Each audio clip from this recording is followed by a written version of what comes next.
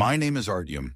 For the longest time, I believed my life was defined by its quiet, predictable rhythms. The gentle hum of the city outside our apartment window, the familiar weight of my briefcase, the soft, sleeping breath of my son, Matvey, in the room down the hall. These were the sounds of my universe. They were the pillars of a life I had built with Lena, my wife. We were a triangle, a perfect, stable structure of love and shared dreams. But a single moment on a rain-slicked highway can collapse an entire universe. The phone call, the frantic drive to the hospital, the smell of antiseptic and dread. Matvey, our vibrant 5-year-old sunshine, was now a small, still figure in a white bed, a tangle of tubes and wires keeping him tethered to a world he seemed to have already left. He was in a coma. The doctors used words like traumatic brain injury and guarded prognosis. Their faces were kind but firm, a wall of professional sympathy that offered no real comfort. The silence that followed was the first thing I noticed. It wasn't a peaceful quiet. It was a heavy, suffocating blanket that smothered our home. The cartoons no longer blared from the television. The pitter-patter of little feet running down the hallway was gone. The laughter was a ghost that haunted every room. Lena, she shattered. The woman I married, a force of nature with a laugh that could light up a city block, simply folded in on herself. It was as if her very soul had retreated to a deep, dark place inside where I couldn't reach her. She spent her days at the hospital, holding Matvey's limp hand, speaking to him in whispers, pouring all her energy into a void that gave nothing back. When we finally brought him home, with a hospital bed and a rotating staff of nurses, the dynamic shifted. She became his full-time guardian, a silent, devoted sentinel. Our marriage, our partnership, faded into a practical arrangement. We were two ghosts sharing a space, orbiting the tragic center of our home. I dealt with my grief by burying myself in work, losing myself in spreadsheets and client meetings, building a fortress of busyness to keep the pain at bay. Lena dealt with hers by disappearing completely into her vigil. This was our life for 5 years, a gray, monotonous landscape of hope and despair. Then on a Thursday that was as unremarkable as any other, I found the key. It was autumn. The sky was a sheet of lead, and a cold, persistent drizzle was falling. I was gathering things for the dry cleaner, a mundane chore in our mundane tragedy. I picked up Lena's beige trench coat from the back of a chair. It was a coat she hadn't worn in years, not since the early days after the accident. As I lifted it, something heavy and metallic clinked in the pocket. I reached in and pulled it out. It was a key, small, made of tarnished brass, heavy with age. It felt cold and alien in my palm. But it wasn't the key itself that caught my breath. It was the keychain, a small, cheap plastic elephant, its trunk raised. A wave of confusion washed over me. We didn't have elephants in our house.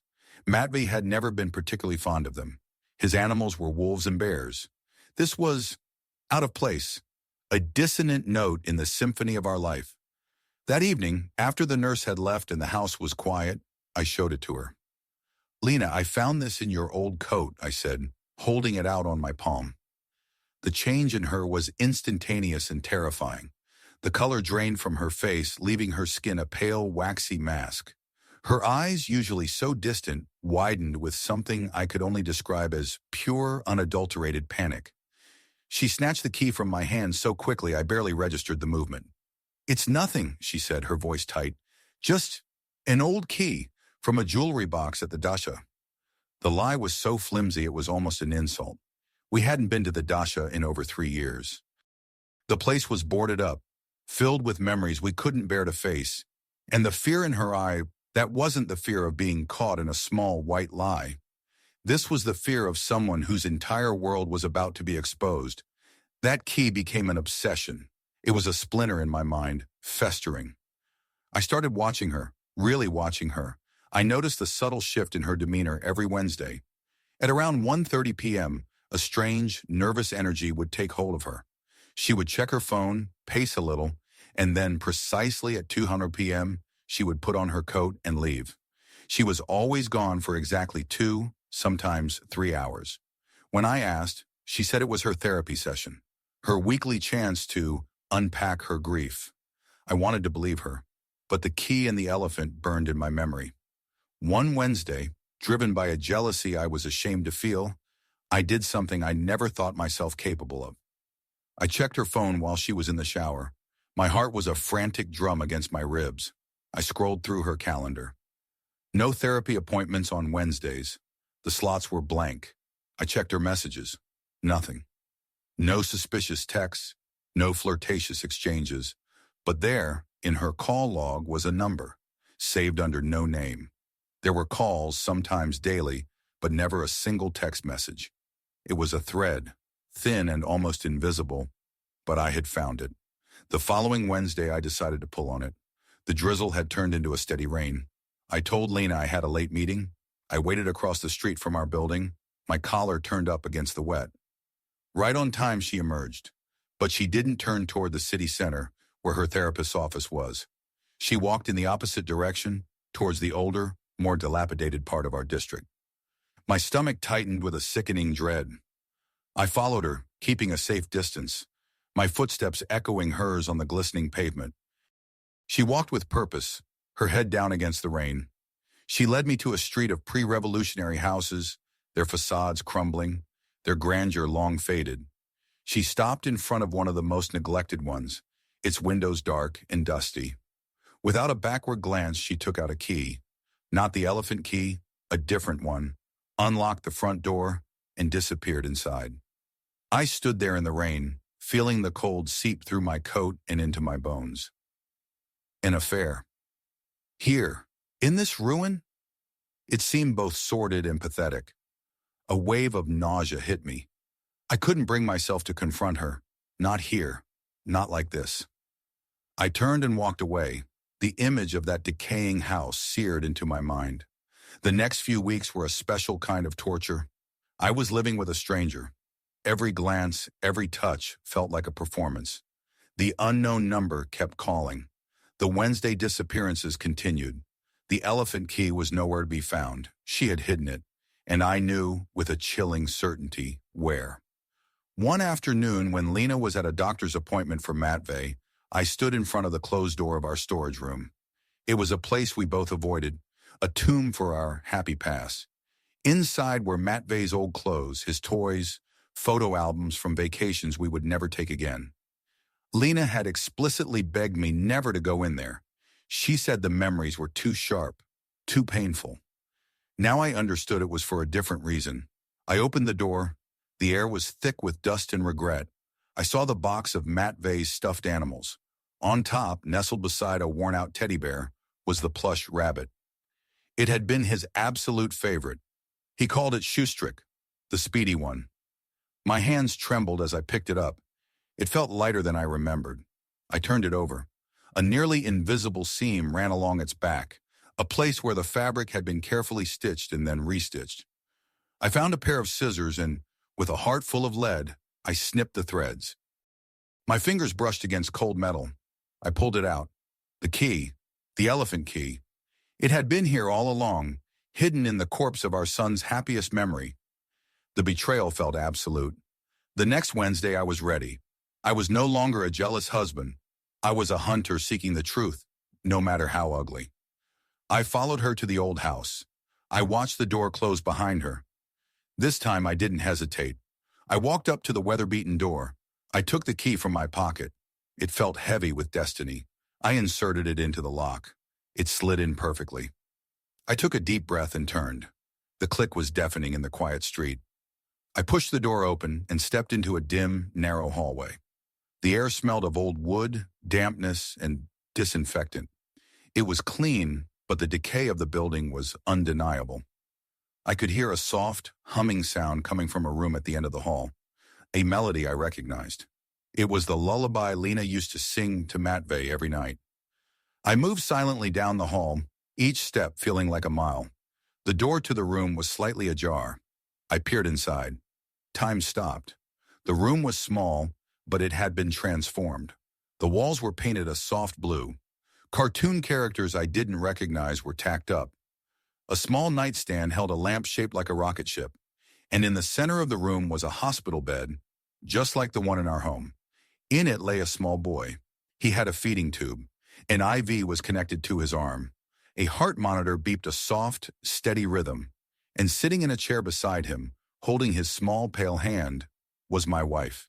She was humming, her face a mask of such profound, heartbreaking tenderness that for a moment I forgot everything.